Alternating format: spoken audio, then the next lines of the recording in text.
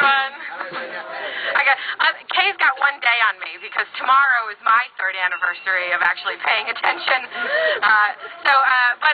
Over the course of the last 3 years, I've emceed a lot of these events, and I've gotten to know a lot of really great people and a lot of really great speakers. And among those is our next speaker, who is the head of the Family Institute in Connecticut, Mr. Peter Wolfgang.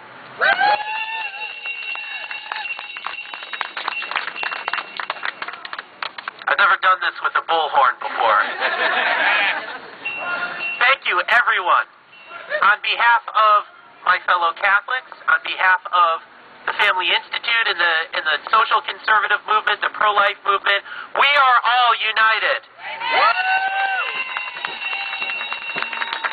We will stand together against this outrageous attack on religious liberty by our federal government.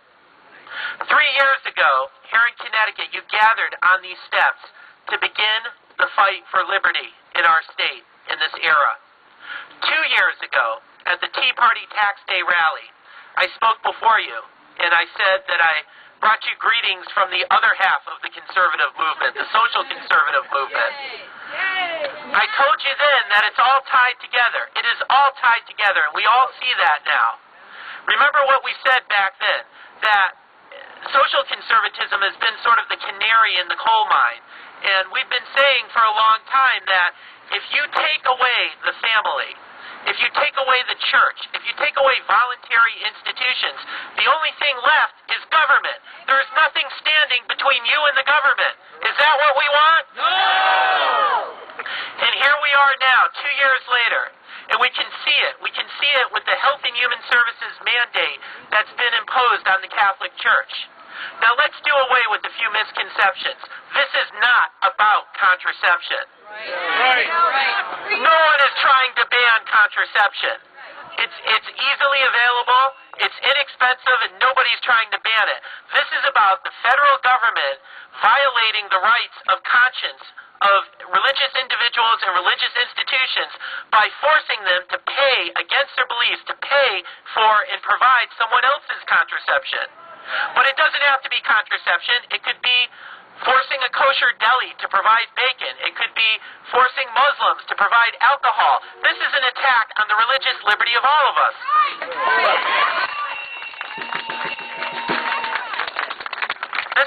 This isn't about the Catholic Church or just about the Catholic Church, and we here in Connecticut know this.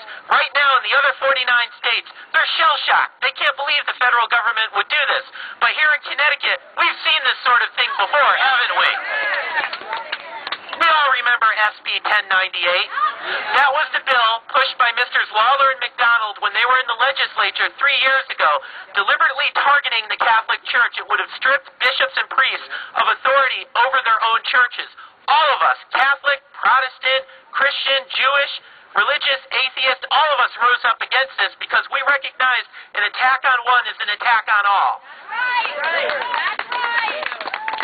We've seen this before. We're from Connecticut, and we know all about attacks on religious liberty. And now what we defeated here in Connecticut, we're seeing a version of on the federal level from our own federal government. This is not about contraception. This is not about the Catholic Church. This is about all of us. And it's about the First Amendment, and it's about the liberties that this country was founded on. You heard Pastor Rick in his opening statement. Never did I think that I would have to go to a rally to fight for religious liberty, for our first freedom, for the First Amendment. If we lose that first liberty, all the other liberties that you and the Tea Party have been fighting for years will be lost. This is the liberty upon which all of it rests. And you know that. That's why you are all here today. And I cannot thank you enough for choosing for your 3rd anniversary to come together for this particular cause.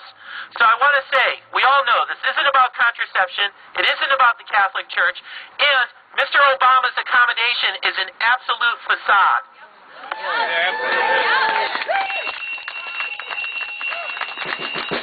The HHS mandate came down in January. Then earlier this month, the Obama administration, in order to take the heat off, said they were issuing an accommodation that they would require, exactly, it's worth booing. It's the same thing. I mean, religious institutions will still be forced to to provide and pay for abortion-inducing drugs, contraceptives, sterilizations, but there's just going to be some sort of accounting trickery so that it will be the insurance company that tells these people that they can get this rather than the religious institutions. No one's fooled by this. The accommodation wasn't even enacted into law, so it was nothing more than a speech. We're used to that from this administration, aren't we? Nothing more than a speech. So we're not fooled when they say it's about contraception. We're not fooled when they say it's about the Catholic Church. We're not fooled when they say that there's some accommodation that's fixed this. So the question is, we all know what this is about. This is why we're all here today. The next question is, what are we going to do about it? Rise up! Rise up!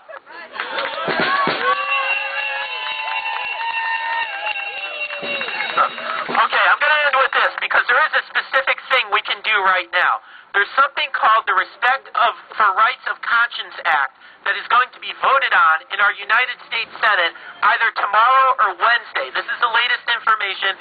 It's always changing. There are 10 U.S. senators that are considered swing votes. One of them is Joseph Lieberman. I know, I don't believe it either, but you never know. We can't let this opportunity go. We have to keep fighting. If you go to the Family Institute's website, ctfamily.org, if you go to the Family Institute's website, you will see the information there under Take Action. We have to contact Joe Lieberman. We have his phone number. We have a system set up where you can email him directly. We have to inundate Joe Lieberman. We have turned out thousands. The Tea Party has, the Family Institute has, the Catholic Church has. Over these last several years, we have turned out thousands at the state capitol. We can do this when we need to. All we require right now is from the comfort of your own home, thousands of people need to call Joe Lieberman. They need to email Joe Lieberman.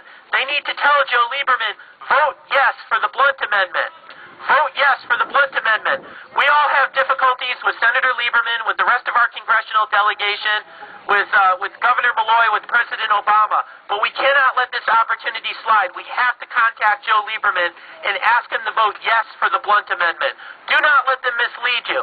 When Governor Malloy says that 28 states already have this accommodation, they're misleading you. This is not law. This is novel. If this thing happens, it's the end of the First Amendment as we've known it. So don't let Governor Malloy mislead you. When Congressman Murphy says this is an attack on women, that's misleading. Do not let Congressman Murphy mislead you. This is not an attack on women. This is an attack on the religious liberty of all of us. We all need to stand together. Tell Joe Lieberman. Go to ctfamily.org. Tell Joe Lieberman, vote yes for the Blunt Amendment. Thank you.